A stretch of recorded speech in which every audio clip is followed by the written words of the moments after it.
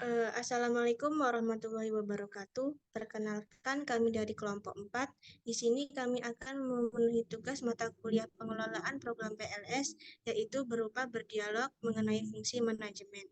Sebelumnya, saya akan memperkenalkan anggota kelompok 4 yang terdiri dari saya sendiri, yaitu Yudemir Septiana dengan NIM 220055135. Selanjutnya, Egidia Slavina dengan NIM 220051113 dan Witri Islaura Wulandari dengan NIM 220050099. Baiklah, mungkin itu saja perkenalan dari kelompok. Selanjutnya kami akan melanjutkan langsung berdialog mengenai fungsi-fungsi. Hai guys, gimana kabar kalian? Lama nih nggak ketemu. Baik, Gi. Kabar kami baik, Egi. Alhamdulillah. Ngomong-ngomong, sebentar lagi kan kuliahnya luring ya. Jadi aku kan ada tugas di matkul pengelolaan program PLS mengenai fungsi-fungsi manajemen menurut Sujana.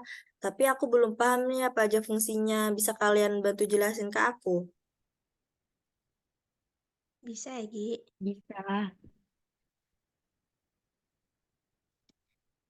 Jadi menurut Sujana terdapat 6 fungsi dari manajemen ini. Yaitu yang pertama fungsinya adalah fungsi perencanaan.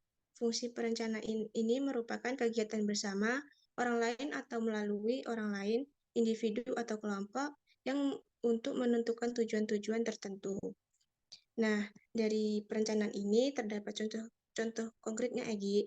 Contoh konkretnya itu seperti seorang pengelola program pendidikan luar sekolah yang merencanakan jadwal pelatihan keterampilan seperti keterampilan komputer bagi peserta pada dewasa awal contohnya, yang ingin meningkatkan kemampuan mereka dalam memasuki dunia kerja. Selanjutnya yaitu adanya fungsi pengorganisasian. Fungsi pengorganisasian ini merupakan kegiatan untuk memilih dan menyusun sumber daya manusia dengan adanya dukungan berupa fasilitas, alat, dan biaya yang mampu melaksanakan program tersebut agar lebih lancar untuk dijalankan. Dari fungsi pengorganisasian tersebut juga memiliki contoh konkretnya, Gi. Contoh konkret di dalam pendidikan luar sekolah itu seperti adanya seorang koordinator pada program kursus seperti kursus bahasa asing.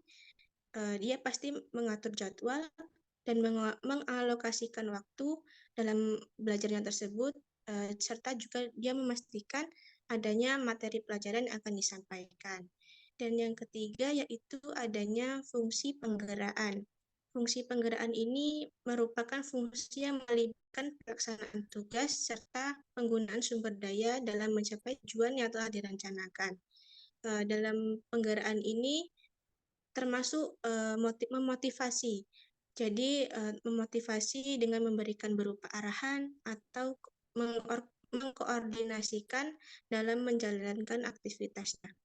Dari fungsi penggerak ini juga terdapat contoh, yaitu seperti seorang mentor dalam program bimbingan belajar yang memberikan inspirasi peserta didik agar mereka lebih rajin belajar dan dengan memberikan pujian dan berupa hadiah-hadiah kecil agar mereka lebih semangat lagi.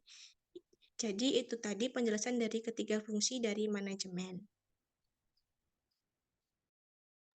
Terus apa lagi guys yang fungsi yang lain?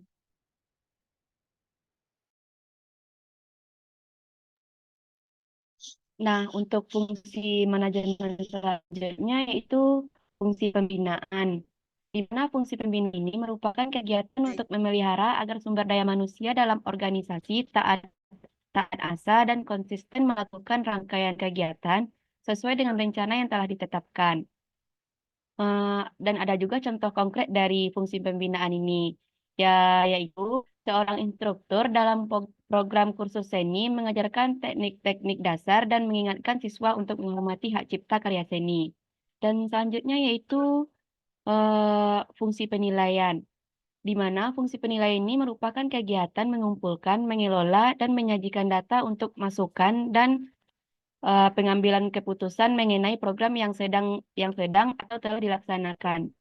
Dan contoh konkret dari fungsi penilaian ini yaitu manajer program pendidikan luar sekolah mengevaluasi keberhasilan program kursus kewirausahaan berdasarkan tingkat kehadiran dan keberhasilan peserta dalam memulai usaha kecil.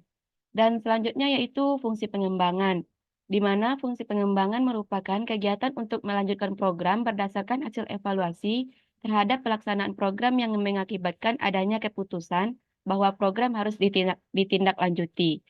Tindak lanjut program ini dapat berupa perluasan, perbaikan atau modifikasi dan peningkatan program.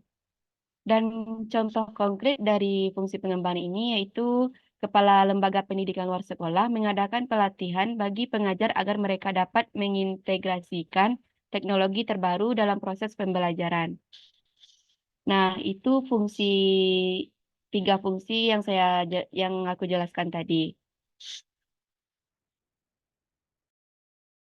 Ternyata rinci banget ya mengenai fungsi-fungsi manajemen ini, mulai dari fungsi perencanaan, pengorganisasian, penggerak,an sampai ke pengembangan. Terima kasih ya Maya Witri, aku mulai paham dengan keenam fungsi manajemen ini. Ya, Gi, sama-sama, Gi.